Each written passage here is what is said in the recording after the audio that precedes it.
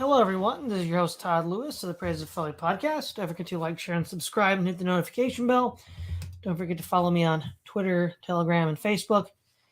If anyone's noticed the thumbnails, you can thank Censored Anon for those. His contact is in the description box below. You can also support me on Buy Me a Coffee, Subscribe Star, Substack, and so Logos. What do we got for today? Yeah, so you said we were going to finish up Thought Experiment 2 here. So I have the beginning of it just for review for people who might not have seen it last time. We'll just go through it again quickly. So the idea is we have somebody, married couple. We have the CIA. They're trying to get an agent undercover because his cover's been blown, and he looks just like the husband of this married woman named Mary, because Mary is the woman in all these thought experiments. They convince the husband to swap out with the agent, because he goes to a game show in Mexico. He's going to get paid like $10 million or something in like 2 weeks. And he just can't tell his wife about it. It's like a prank game show. And then the husband goes and does, whatever. The agent goes and lives with her.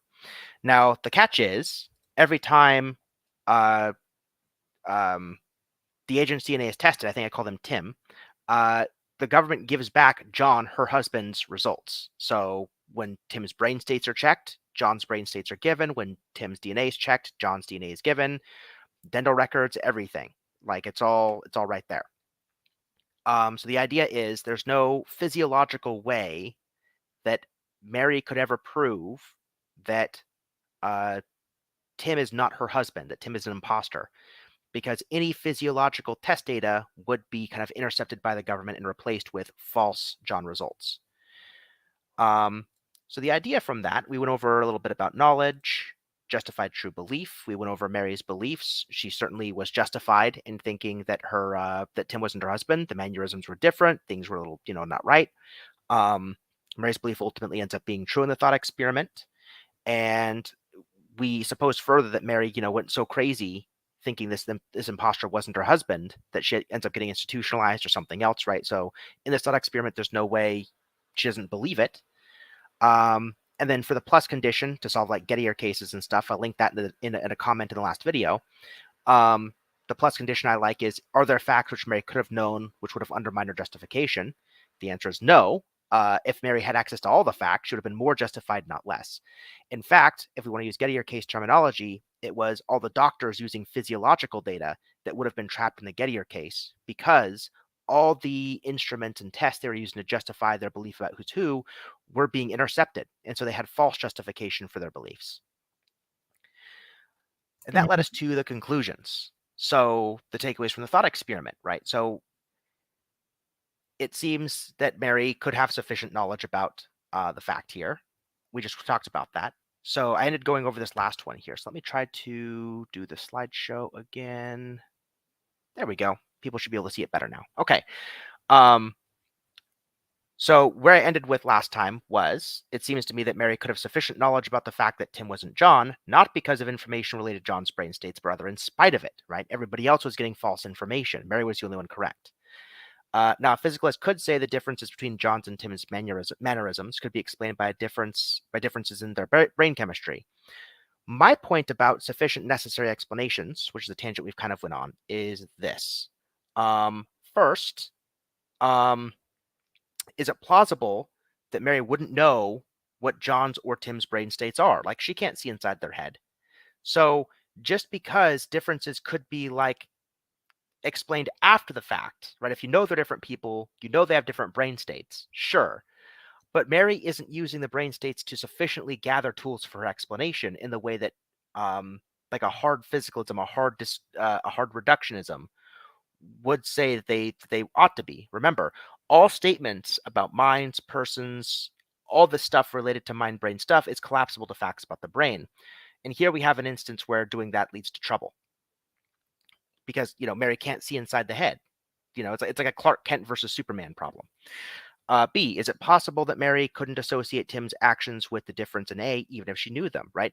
Just because she knows after the fact that Tim wasn't her husband. Let's say her husband gets back from the trip. They pull Mary out of the institution. Ha ha ha. It was a prank, bro. Here's $10 million. The government thanks you for your service. Whatever. Right. there's no way, even knowing that, okay, her husband was an imposter for 2 weeks, that she would have been able to associate the brain state differences promised in A. There's, again, she can't see inside their head. And so at the time, she never could have known that's what explains the difference in the first place. And then also, is it possible she knows something's off about John, her husband, despite her inability to appeal to A and B? It's like, yeah. So what I mean that Mary is just not appealing to brain states for explanation in the way that physicalism would assume, I'm meaning something akin to like these 3 bullet points. Yeah. In other words, sufficient versus necessary. So here's like, I'll hand it to you in a second, Todd. So like, a sufficient explanation would say that what Mary knows John's and Tim's brain states, and that's how she knows they're different. So if she knows their brain states, then she knows they're different. That's a sufficient condition. A necessary condition would say, Mary knows John and Tim are different, and so a trivial consequence is the 2 have different brain states. So if difference, then brain states, versus if brain states, then difference. Necessary versus sufficient. Right. Is it possible to go back one frame? Yeah, this is the problem that I was having. So I can go back to here. Now, if you do slideshow again, Here we go. Yep. Yeah. So okay, so A is it plausible that Mary wouldn't know what they are? They are being the brain states of both John and Tim. Exactly. And you're saying in this situation, yes, it is plausible she wouldn't know because of how the government is arranging things. Right. Okay. And then B, is it plausible that Mary couldn't associate Tim's actions with the difference in A, even if she knew them? I think you want to say yes, because we all intuitively would see that, okay, even if you could say that somebody has the same brain states as someone else, it would be highly improbable or implausible that those 2 individuals with the quote identical brain states would act the same way. Right. Sorry, go ahead. And one more thing, there's another kind of knowledge that we hinted at last week, experiential knowledge. Right. Because even if John and Tim have the same brain states and are almost identical clones, there's still going to be the sense that Mary has experience with John physically that she doesn't have with Tim. And so the fact is that that's still a differentiation, even if they were clones with the same brain states. Exactly. Yes. And the other point I wanted to make for B is just that even if Mary, let's say, knows via A that there are differences in brain states which explain all the mannerisms, she just might not know what those differences are. In the same way that, like, let's say you and I might learn evolution in college or something, and to this day I couldn't tell you what evolved from what. I didn't pay attention to biology class. There's a lot of stuff from chemistry I don't remember, history I don't remember. It's been so long. Like, just because Mary is like far in the future where she learned these things and like knows the physicalist Bible about what causes what differences, plausibly she could just go about her day-to-day business not having memorized any of it, and therefore couldn't like use it to like explain away, like, I'm seeing my husband act differently, so therefore we have to look at like this section of the hippocampus or something, right? That's my main intuition for B, is just because we live in a time where this information is available doesn't mean Mary would plausibly have used it to make her decisions in the thought experiment. Right. And then C, is it plausible that Mary knows something is off about John despite her inability to appeal to A or B? And I think what the intuition is that we would all want to agree with C, but a strict physicalist would have difficulty appealing to C, which then creates a tension between what we perceive and in our intuitions on the one hand and this theory on the other. Right. Okay. And can you go to the next slide? Mm-hmm. All right. Okay, so sufficient. Okay, so sufficient here means that she just knows the brain states are different, and that's it. Mm-hmm. Okay, and then necessary is they're both different. All right, and so a trivial consequence that 2 have different brain states. Right. Okay, so this is the question of, and this is something that I've made an argument with when it comes to philosophy of mind as well. If can a single brain state, as measured by some sort of CAT scanning machine or whatever, overlap with multiple intrasubjective mental states, such that identifying the one doesn't help you in identifying the other? Right. And I think that's just patently obvious, because if we have a list of all possible brain states, and then we have a list of all possible mental states, the latter is vastly larger than the former. Could be, yeah. And if that's the case, that means brain states are doing extra duty for mental states. And from a purely physicalist perspective, I don't see how you could differentiate that.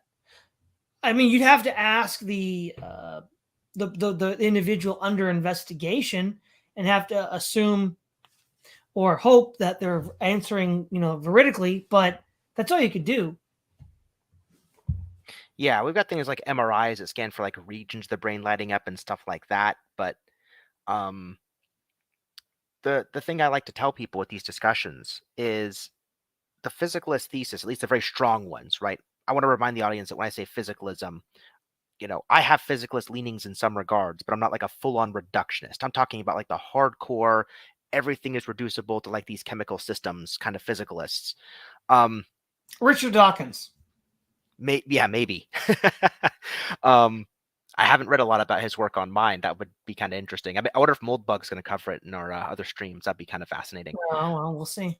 But yeah, so like when you're talking about reducing all the minutia of our experiences down to brain chemistry, this gets back to like the Matrix conversation I always like to bring up, right? Where they're all sitting at the table in the first Matrix movie, and the guy goes, if you close your eyes, the slop kind of tastes like tasty wheat.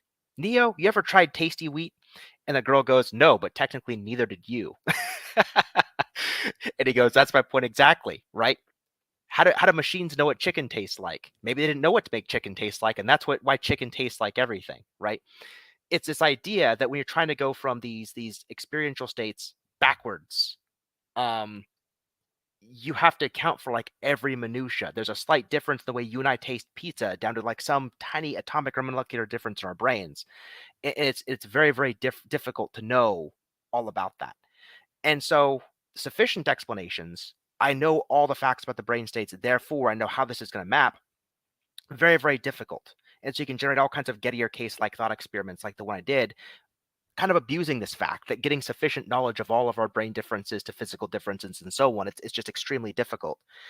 But what's really going on here, and this is the part of physicalism I have some sympathy for, is the necessary thing, right? So if Tim and John are different people, they have different anatomy, they have different genetics, they have different brains. And so in virtue of having different brains, okay, plausibly there's very much something different about their brain states. That's just kind of trivial compared to the first one, right? And that's basically what I'm getting at. Sure. Okay. So takeaways from thought experiment 2. I've been kind of discussing them because I'm very terrible at following slides, but I do my best. There are some facts about John, i.e. what John is like, facts that do not require sufficient explanation in John's brain states for Mary, right? She doesn't know this because she knows the full litany of brain states about John. Indeed, in the thought experiment, the switch works because people who don't know what John is like, but do know John's brain DNA and get false confirmation from the testing Tim, doubt Mary when they ought not to have done so. If we can believe the situation could happen, then this shows that confirmation of John's brain states actually provided a Gettier case for everyone who wasn't Mary. And again, I really encourage you to look up that link in the last video's comment section, because Gettier cases just endlessly fascinate me. I just love these things. So these people weren't actually justified in believing that Tim was John, even though they had that which should have been sufficient explanation that they were the same person. Yep. Okay. This leads to thought experiment 3, which I call modality and dualism's revenge. This is kind of tongue-in-cheek. So before I get started here, I should explain that I'm making a call to a different kind of dualism that is mostly featured in philosophy of mind. So in philosophy of mind, when people call themselves dualists, they think of it in a causal sense. There is some substance called a mind or a soul or something which causally interacts, either causes on the brain or works with the brain to cause your mental states and everything else.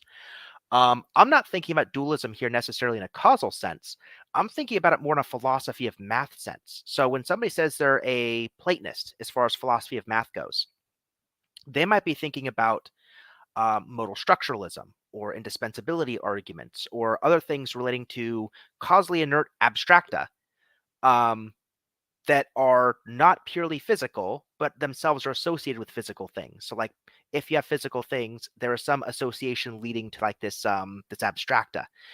And the tongue in cheek really gets people riled up because they think I mean something by dualism that I don't. But the thing I mean turns out to be pretty strong. So we'll see if you like this one, Todd. Okay, so the thought experiment goes like this. Suppose you're looking at a red ball. Suppose there's another you looking at the same red ball in some other possible world. Suppose in this new possible world, all your brain structures are swapped. So, like, left hemisphere does right hemisphere stuff and vice versa. And yet, the neurochemical laws in this new world would have you experience looking at the red ball in the same way. So, you're looking at the red ball, the other you's looking at the red ball. There's no difference to the color shade, to the lighting, to anything between what you're seeing. And yet, you have radically different brain structures. That's basically what I'm asking people to consider. Following so far? Yeah. Okay. Now, there's a dilemma here because I've seen people try to deal with this multiple ways. So, if it is impossible that this other world should exist, what beyond the physical facts of our brains in the here and now would make that the case? And how would we reduce that fact to things within our physics if it's beyond them? So the trick here is, I've discussed this with people like a long time ago, and what they'll do is they'll just deny the hypothetical. There just is no possible world where any neurochemical laws could be otherwise that would have differences in brains, brain chemistry, neurological laws, like explain the exact same phenomena.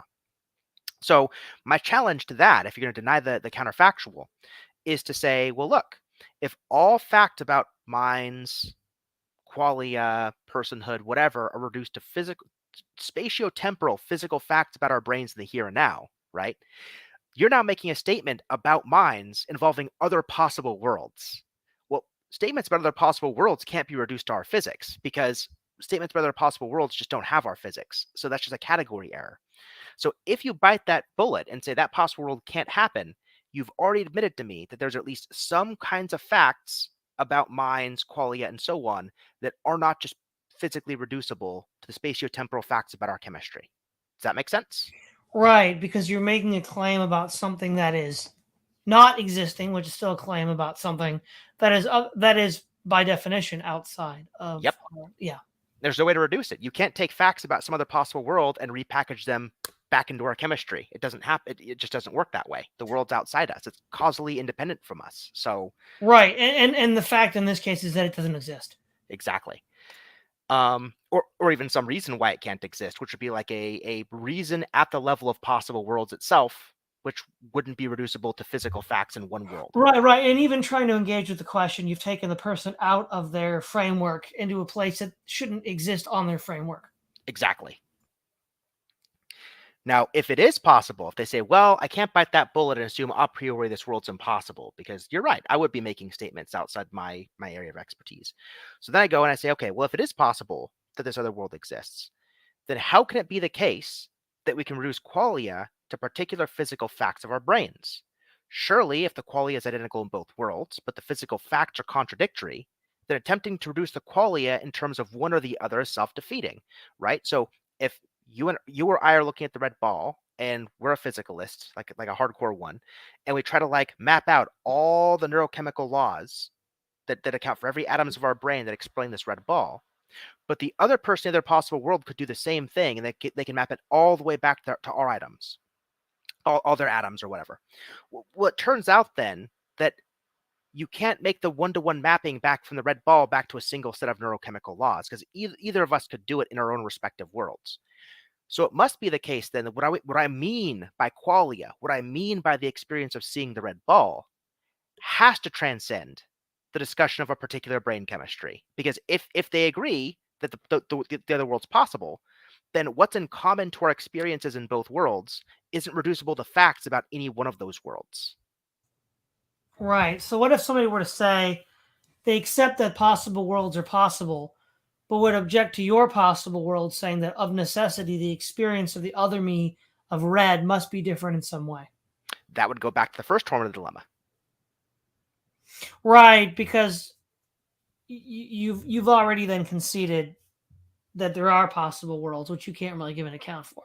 Well, if they've conceded they're possible worlds, but they're saying there's some trans world fact about qualia and brain states, saying certain things can and can't happen in other possible worlds, those facts about mind and brain states cannot be reducible to one world's chemistry because they are trans-world facts. Right. Yeah, that's pretty hard to deal with if you're a strict physicalist. Whoops. I didn't do a takeaway. Darn it. Okay, hold on a second. Let's go backwards. Let's see what I say. I did do takeaway. What the heck? Oh, no, this was part of the takeaway one. All right, you can tell how organized I am. I do my best, but there you go. From this, a takeaway that what we mean by qualia is more general than what we can reduce to physical facts, but are whole in and of themselves experiences that could be the same even if physical facts or otherwise. So I think about qualia the same way that a modal structuralist in philosophy of math would think about two-ness. What is two-ness? You can have two fingers, two eggs, two pencils, two books, two whatever. From a modal structuralist perspective, two-ness then would just be like the intersection of every possible way we could be referring to two of something. So if I take that philosophy of math insight and I kind of apply that to the question of qualia, what does it mean when I say I'm experiencing looking at a red ball or I'm seeing some qualia? I don't think that I can mean some particular physical fact in the same way that two-ness isn't in the pencils when I have two pencils. Two-ness is like every possibility kind of like combined of what you could have two of. I would take quality to be something like every possible circumstance under which you could experience the qualia, and therefore trying to reduce it down to a particular brain chemistry is kind of a mistake, because I mean something far more general than that when I talk about qualia. You're just not saying the same thing that I'm saying. Yeah, yeah. Okay, so here's my favorite one. I giggled maniacally when I came up with this last thought experiment. All right, like my other ones, I liked them when I came up with them, but this one's just great. I love this one. So Mary's Room Revisited. So let's give some context on the original Mary's Room in case there's people in the audience that haven't seen this one, right? So Mary's Room is a famous thought experiment in which Mary lives in a physicalist world in which we know all physical facts about what it's like experiences. For example, Mary knows all the physics, neurochemistry, and so on to describe exactly what it's like to touch grass, to use a modern parlance. But in fact, Mary has never touched grass. She's never left her room. She's just, in her room, and she has a supercomputer. She can ask any questions she wants. Terminally online. She's terminally She's online. terminally online. Exactly. Now, what the old thought experiment concluded was that Mary didn't know what it was like to touch grass until she had done so. Physicalists have responded by saying that there are multiple ways to know what it's like to do X. Mary has full theoretical knowledge, which they would contend really is a form of knowledge, but she doesn't have stimulatory. They describe it using some cortex or other. I forgot the exact paper. They had a really interesting way of describing it.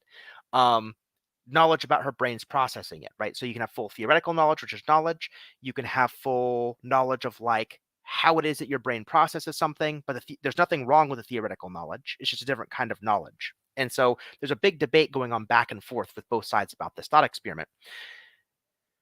And it's been kind of stalemated. Here, check this out. Hmm? Check this out. Look. You know you're getting devious when Logos laughs maniacally. I don't do it often.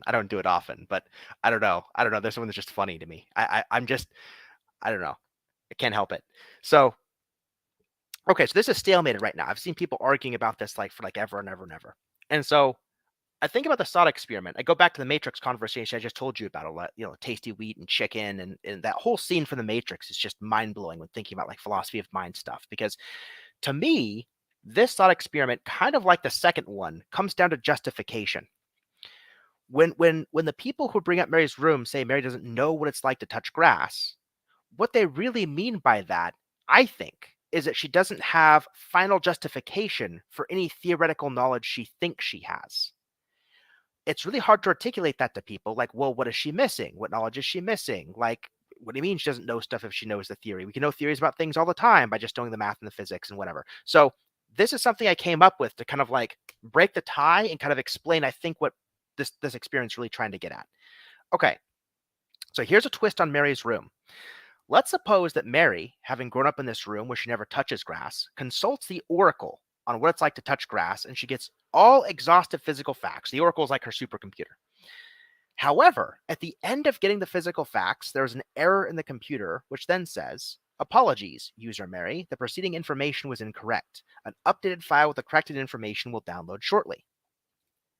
Mary downloads this file and reads through, whoops, bad comma there, reads through it, comma, thinking it could be equally as plausible as the one before. But suppose there's a subtle difference that makes one of the two inconsistent with what it would actually be like for Mary to touch grass, i.e., maybe there's an equation with multiple possible solutions, like happens all the time in physics, and the computer has swapped one possible solution for another, so nothing in the math qua math can be found wanting, even though it results in an unrealistic difference in describing touching grass. Mary has a choice. Either A, the computer gave her wrong information the first time, but right information the second time, or B, the computer gave her right information the first time, but wrong information the second time. Maybe it was hacked by somebody else to mess with Mary. How is Mary supposed to know if she's in situation A or B without actually having touched grass to figure out which solution was the correct one? Yeah, I mean, if you're getting all this mediated through digital technology, then it's very difficult to figure out. I think what you'd have to say is that she couldn't know. That's exactly what I conclude as well, is she couldn't know whether she was in situation A or B, especially as I stipulated, um, especially if the computer's trying to work through it and it's working through physical systems or using physical equations or whatever that have like multiple right solutions. And this happens in like cosmology all the time. There'll be like really complicated equations with multiple solutions. You follow a solution trail down, and that's where you get one model. You follow another solution down, you get a competing model, and so forth, right? And so there could be situations, just observing that what the science is like right now, where the computer has competing generated physical models of what it'd be like to touch grass from these different solutions. There's no like obvious erroneous contradictions or anything like that. You have multiple, like what I'd call first order consistent physical systems where like all the descriptive propositions aren't contradictory, they're all consistent and so on. And you have like these different physical systems in a box that could be right, but the computer's never touched grass. Mary's never touched grass, and now she has to figure out like which is which. For me, usually, um, uh, the empirical senses or some kind of other, independent methodology from the theory should be used to kind of like pick which one is which. It's like, okay, we've clearly gone down the wrong rabbit hole here because here's some data we should expect but we don't see. But without the ability for Mary to actually go through and gather data herself, she's missing that like independent thread of like knowledge gathering, and so she's kind of like in trouble in that regard. Yeah, I mean, barring her leaving the room to touch grass, the only way she could I guess it doesn't help her, but the only way that she could get that information would be A, to talk to someone who has, or B, read a book by someone who has describing it. But then again, how would she know that those two sources are any better than the first two? Exactly. She could like hire somebody to come to her room and she like pay him to go out and touch grass and sit there for hours describing what it's like to her until maybe she finds something inconsistent with the equations or something. But Well, the inconsistency then wouldn't be with the ultimate inconsistency that you're trying to bring out wouldn't be between the equations, but it would be with some sort of experienced reality. exactly. Yes, somebody has to experience something directly in order to kind of get the knowledge. You can't get something for nothing out of the theory. Right. And that seems to be the common theme of a lot of your thought experiments, this kind of experiential knowledge, which is generally downplayed by this theory.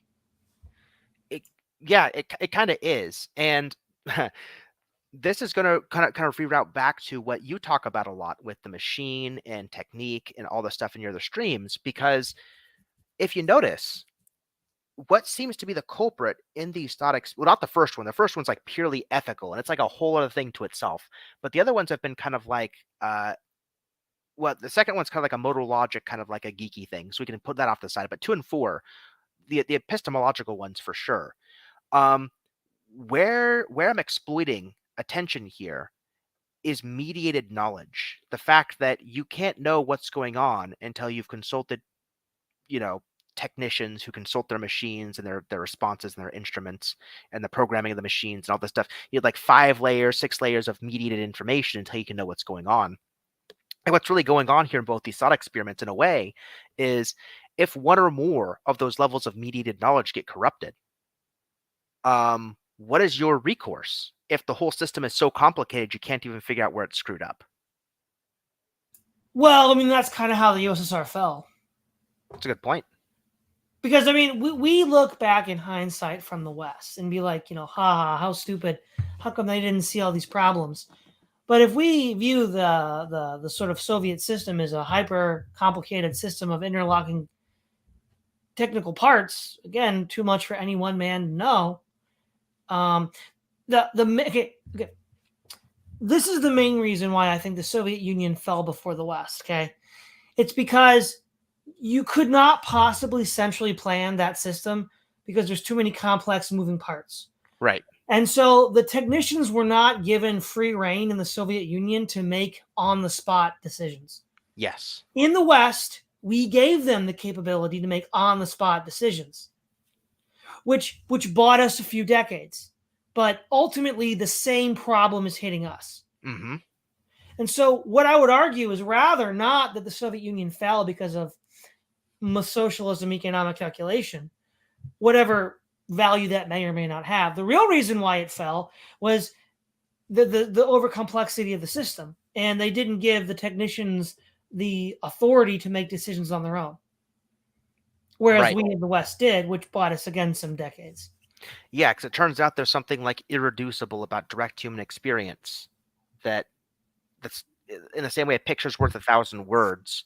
A human experience, human experience could be worth a novel on whatever you're trying to do, and trying to feed that back into a technical system just ends up with a lot of bottleneck and things like this.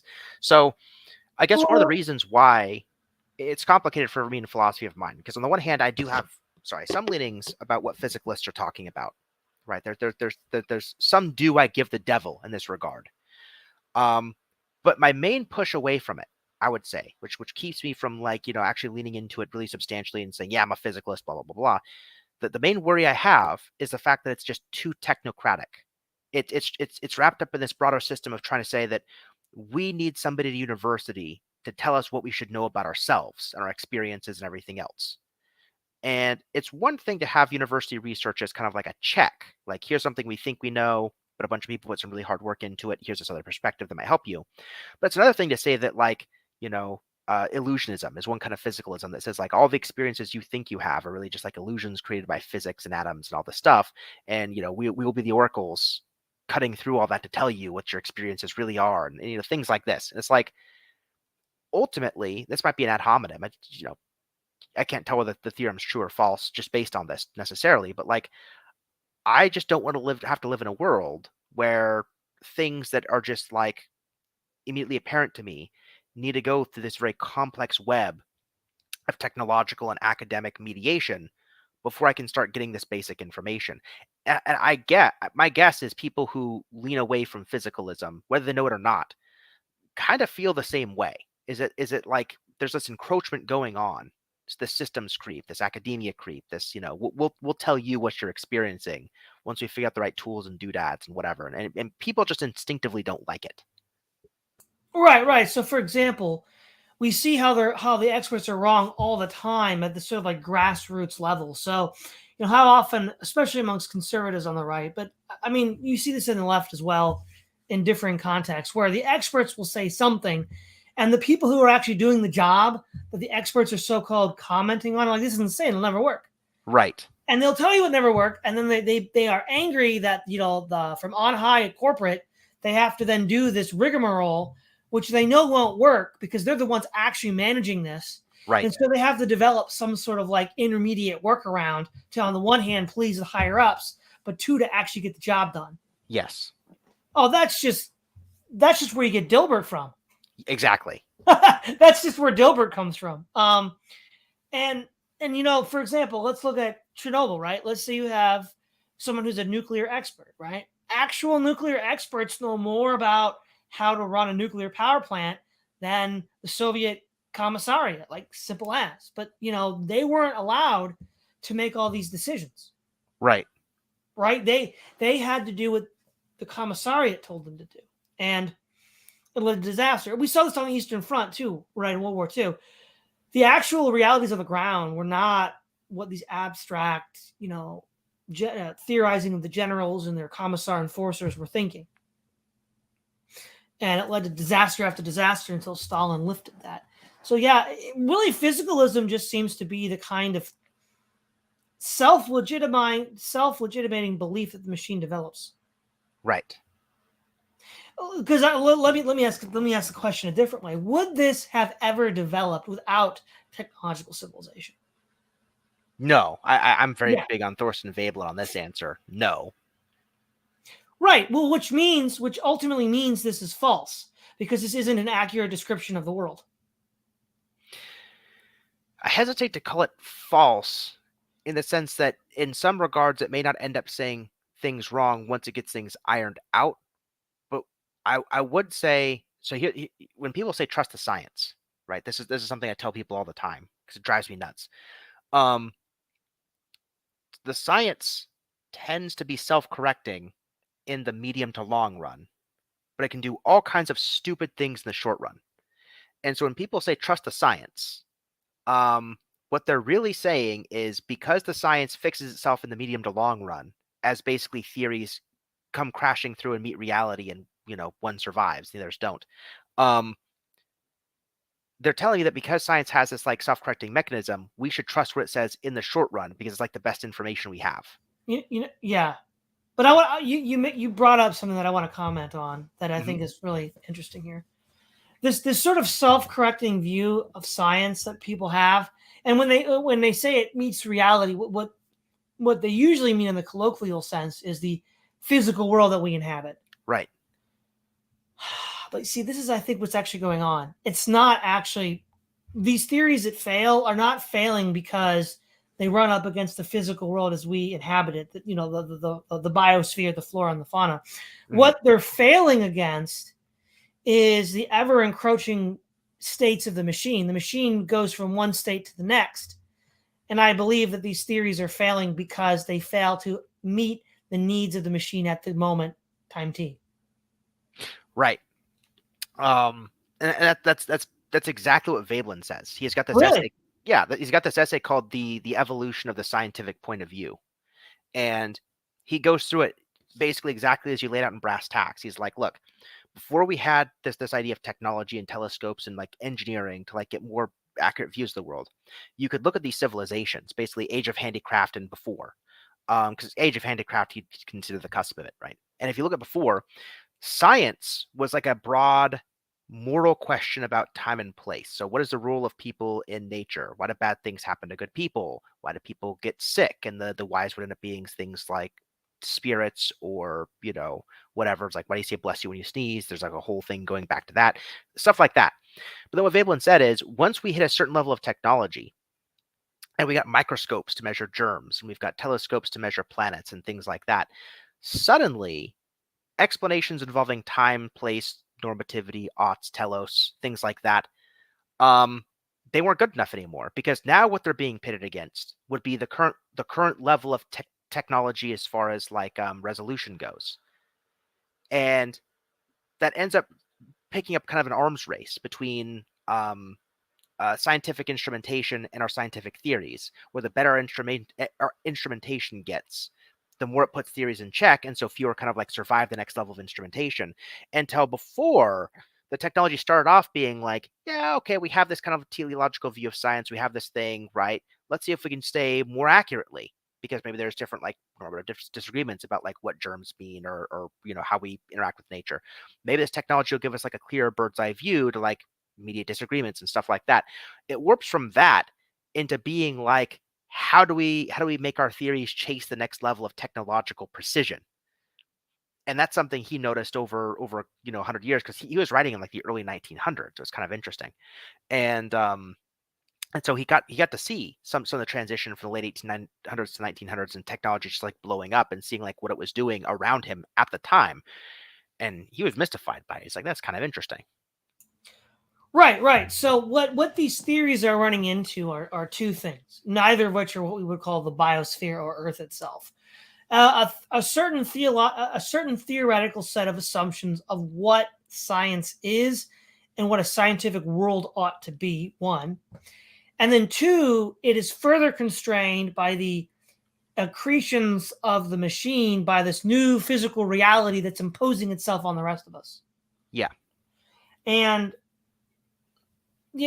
so for example, right, Einstein stated that with his theory of relativity, it didn't actually matter if you choose a geocentrist or a heliocentrist view of the universe, because your point of reference is whatever you really want it to be. So then that just begs the question, why did geocentrism with that discovery not make a resurgence? Well, it didn't make a resurgence because that points back to the older ways of thinking that Veblen was talking about. So it wasn't abandoned because it didn't fit what we know about nature. It was abandoned because, as Einstein said, it doesn't matter. You can pick either one. He says, his theory of relativity just completely vitiates the debate between Galileo and the geocentrists. So it does, yeah.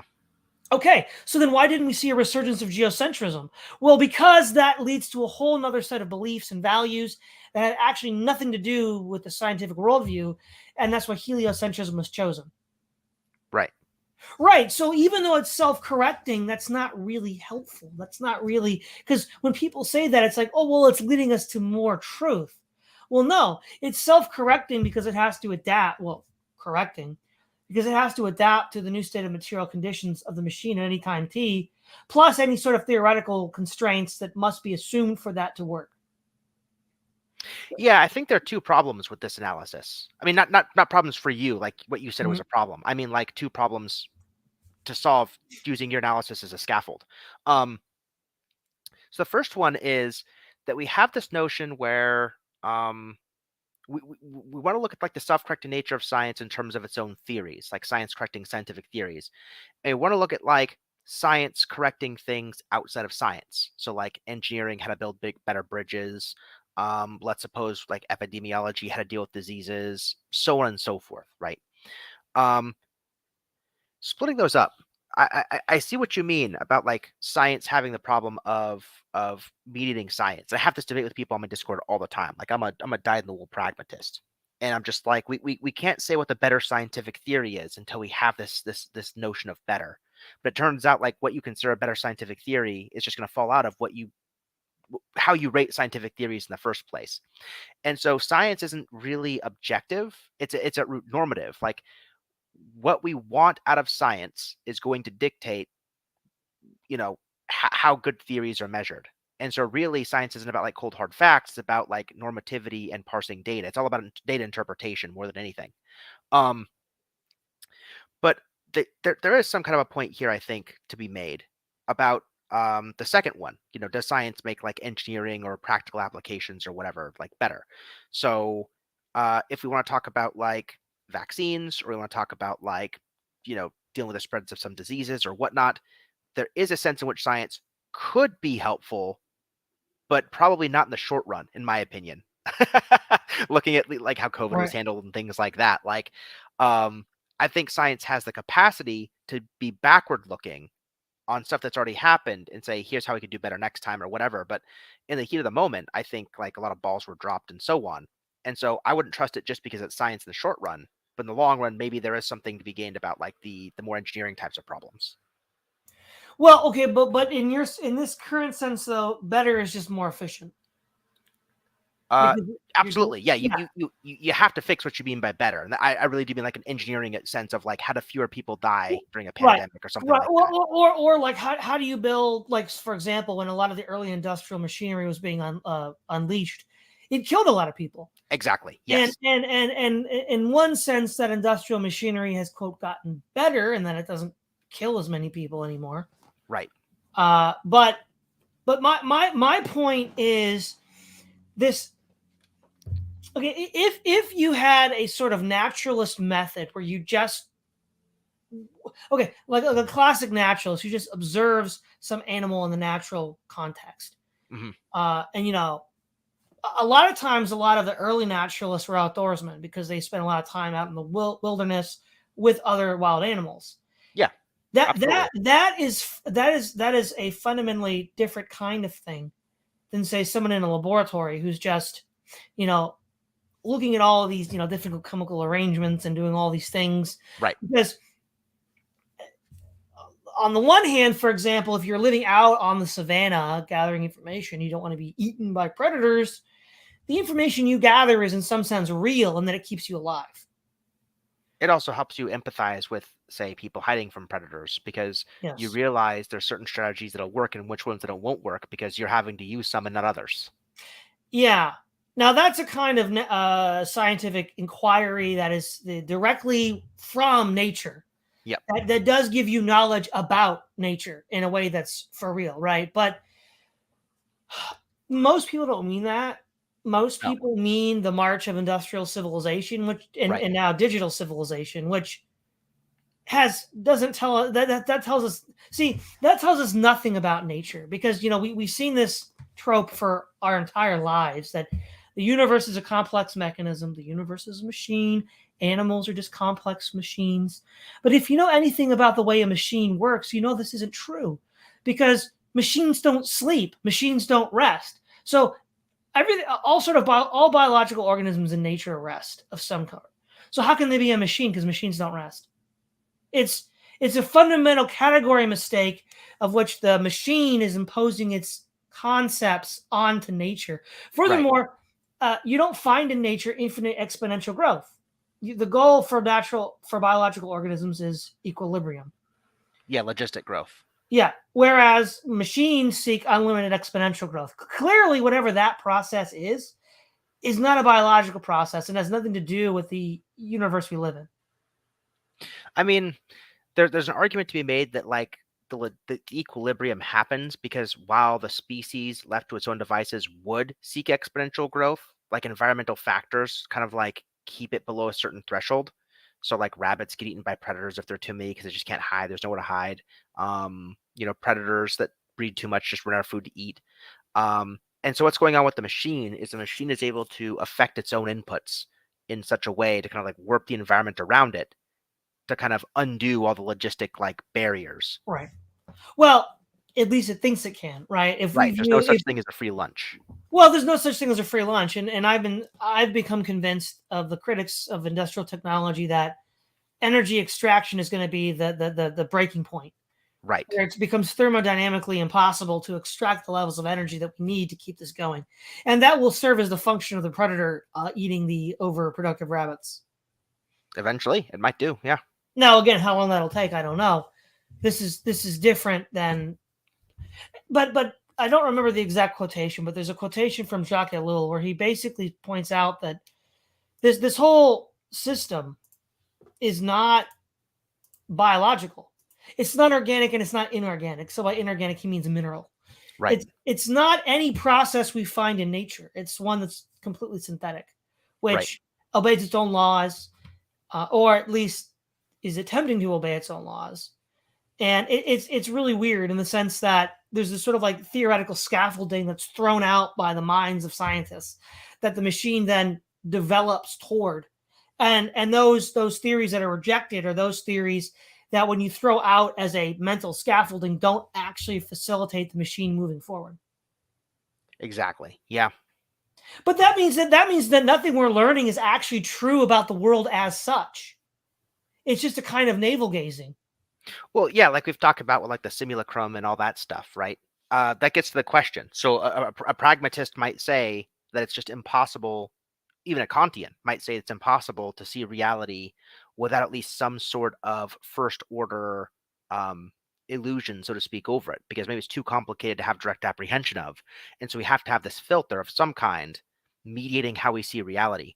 And so the ultimate battle of civilization always is just like who controls what that filter is and what it looks like and what we do with it. And what Veblen would say is, well, that the machine process is running amok. And so that's coloring like that first order illusion over reality.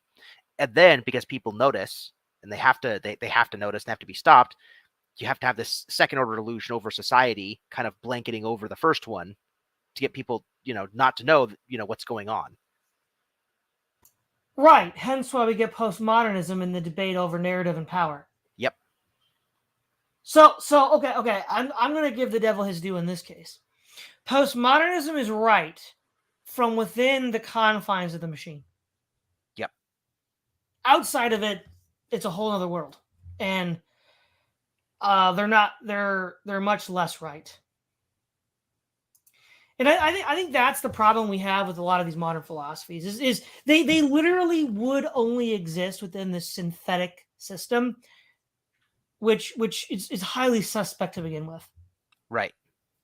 Because we all know that, prior to this, these ideas were never even entertained, let alone made the law of the land by the state. So I think that the biggest argument against physicalism is that you wouldn't even think it to be true if you'd lived before 1800. And this isn't some sort of you know simple-minded new atheist objection like, well, if you'd have been born in 7th century Arabia, you'd be a Muslim. It's like, no, it's like you couldn't even conceive of this, right? It could only develop within the material conditions that now exist, which, under the material conditions that existed prior, a whole host of religions and philosophies could exist that were trying to deal with the world as people were living through it. I mean, it's kind of crazy in that it could, but you'd have to do some really, really dark stuff to get there. So, like, I remember learning in psychology a long time ago. We discovered a bit of stuff about how our brain works because some psychologist, demented dude, cut open a cat's head so it had access to the brain, and would cut out like little pieces of the brain, like one little piece at a time. Let the cat wake up from sedation, and see what the cat does. And they realized, like, if we cut out this little piece, the cat can't see color. If we cut out this little piece, the cat goes blind. If we cut out this little piece, the cat can't seem to feel pain or whatever in these parts of the body. And they started doing a whole diagram of like what was going on, blah blah blah blah. So like even before you let machines and MRIs and a bunch of stuff do a bunch of this chemical stuff for you, like you could get in the headspace to do it, but you'd have to go do some really dark stuff to do it. And I think most people would just not think it's worth the trade-off. And I mean, this actually gets to like the Galen debate about like you know exhuming corpses and like doing autopsies and figuring out like human anatomy and figuring out how people died and stuff like that. Like even back at the time to learn about the human anatomy, there was a lot of argument about it because it's just too dark because it undermines like the sanctity intuition we have about like how we should respect the dead. It undermines like a whole bunch of those, but it seemed a decent trade-off for us to be able to like do something a little bit dark, like violating a dead corpse really, in order to learn something about ourselves, which might, I don't know, save lives or something down the road. But if you look at like the Physicalist Project, we're just trying to describe how we work in terms of brain stuff. And you don't have all the technology you have now. You just have like a scalpel and just like cutting into people's brains to see what happens or something. Could you make a similar kind of Galen level trade-off? I don't know that you can. Well, you can't, because as we talked about last week, these are. I mean, obviously, we both are people online with a lot of time on our hands. But the point is, this philosophy itself, and then the problems that arise from applying it to certain parts of our experience, only exists because people have too much time on their hands. Like if you were trying to actually survive in some sort of age of, say 1700 back, so age of handicraft back, these problems would be meaningless problems to you because you're trying to put food on the table. You're trying to fight off the barbarians. You're trying not to freeze in the winter. It's a maladaptive belief. So according to these guys, natural selection will just eliminate this from the gene pool at some point. Mm-hmm. So yeah, we kind of went way off into the meta, guys. But I think the only thing from the chat, Logos, you might like this. Sounds like Mary's stuck in her room in the book The Machine Stops. Right? Yeah, that's it. Yeah, and record deepness. A medium to long run really can't be a long time. Bees can't fly, etc. Yeah. So yeah, is there anything else that you wanted to add, Logos, before we wrap this up? I don't think so. I clicked on the next slide, but I think I already talked about everything that was on this slide. People can read it for themselves.